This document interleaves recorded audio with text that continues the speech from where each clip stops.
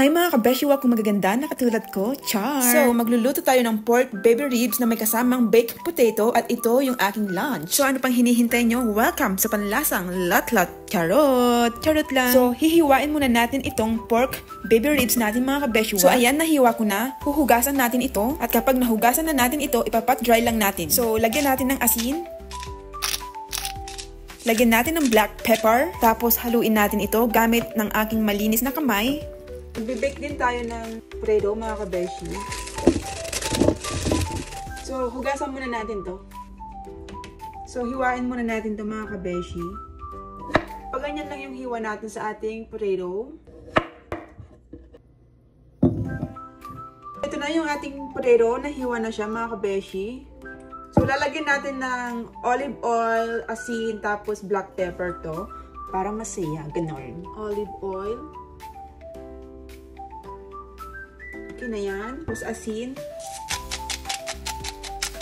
Black pepper.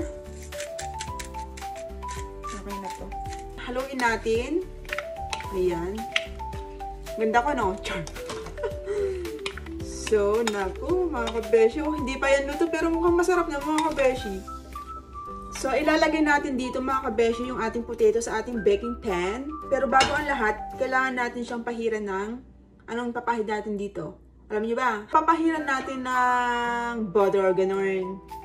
Tabi muna natin to. Ganyan lang siya. Ngayon naman, ilalagay na natin tong potato natin dito.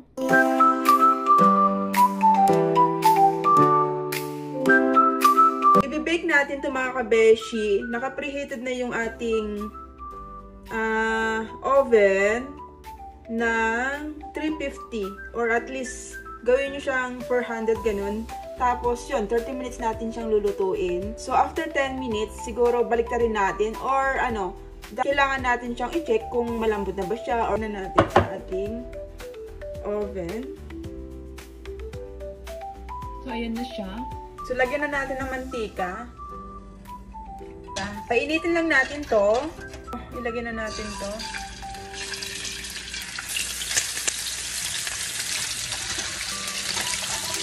At isi-share lang natin itong ating protein.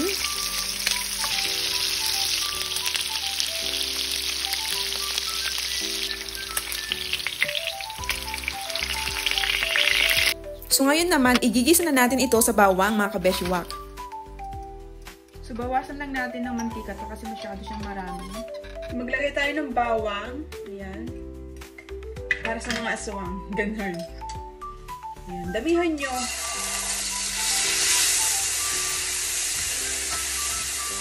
Haluin natin, mga kabeshi.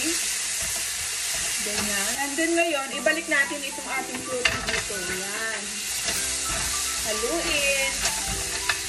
And then lagyan natin ng konting tubig. Ayan. Takpan natin. So, pakuluin lang natin to hanggang sa mawala yung tubig na nilagay natin. Ayan, mantik na siyang natuyuan. Lagyan natin ng ketchup. Okay na yan. Oyster. Halo-halo na yan. Ayan. Okay na yan. And then, lagyan natin ng konting Worcestershire sauce. Ayan. Okay na yan. Kung wala kayo nito, kahit wag na. Dijon mustard. Kunti lang. Thyme. Ayan. Lagyan natin ng thyme. Kung wala silang thyme sa'yo, lagyan mo lang ng maraming thyme. Ayan. Okay na yan. Ito kung may oregano. Kung wala kayo, kahit wag na rin. Ayan. Pampabango lang yan. Konting paprika. Pampaganda. Ganon. Char. Daming alam, no?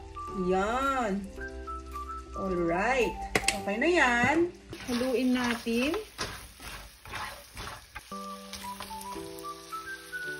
Lagyan lang natin ng konting tubig lang. Ayan. Okay, haluin lang natin ng ganito. Ayan po. Mukha siyang masarap, no? Ayan. Okay na to. Char.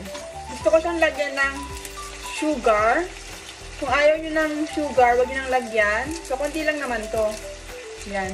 Pambalansi lang doon sa ating ketchup. Haluin natin na may kasamang pagmamahal. Ganon. Bang mga kabeshi. Naku, kapag matitikman nyo to, tiyak na makakalimutan nyo naman ang mga sakit at hinagpis dyan sa puso nyo. Char.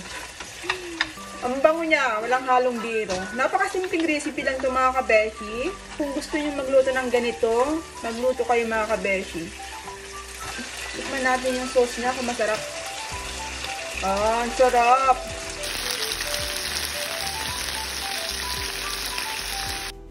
So ngayon, gagawa tayo ng dressing ng ating baked potato. Lagyan natin ng konting bawang lang. Konting Dijon mustard. Olive oil. Ayan. Okay na yan. Konting thyme. Kung meron kayong rosemary, pwede rin. Ako wala ako, kaya thyme lang yung ating ilagay. Tapos, black pepper. Asin. Konting chili flakes. Konti lang ha. Baka umapoy yung bunganga nyo. Bunganga. And then, haluin natin.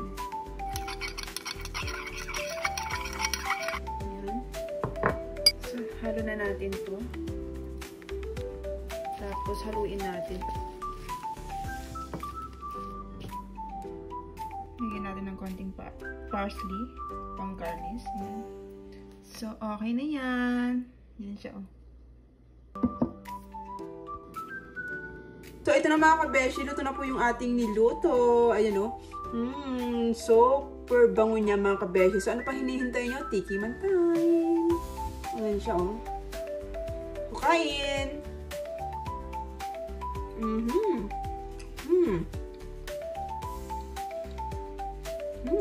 Sarap.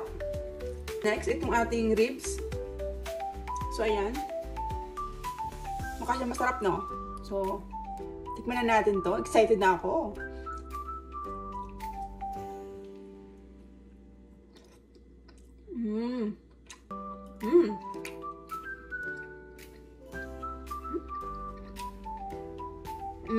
Ang sarap mga kabeshi. Yung sauce niya mga kabeshi, super malasa siya. Grabe, try nyo to. Tiyak na hindi kayo magsisisi mga kabeshi wak. And then, kapag natikman nyo itong luto ko, naku, makakalimutan nyo naman mga sakit at hinagpis dyan sa puso nyo. Char. Kain! Thanks for watching. Bye!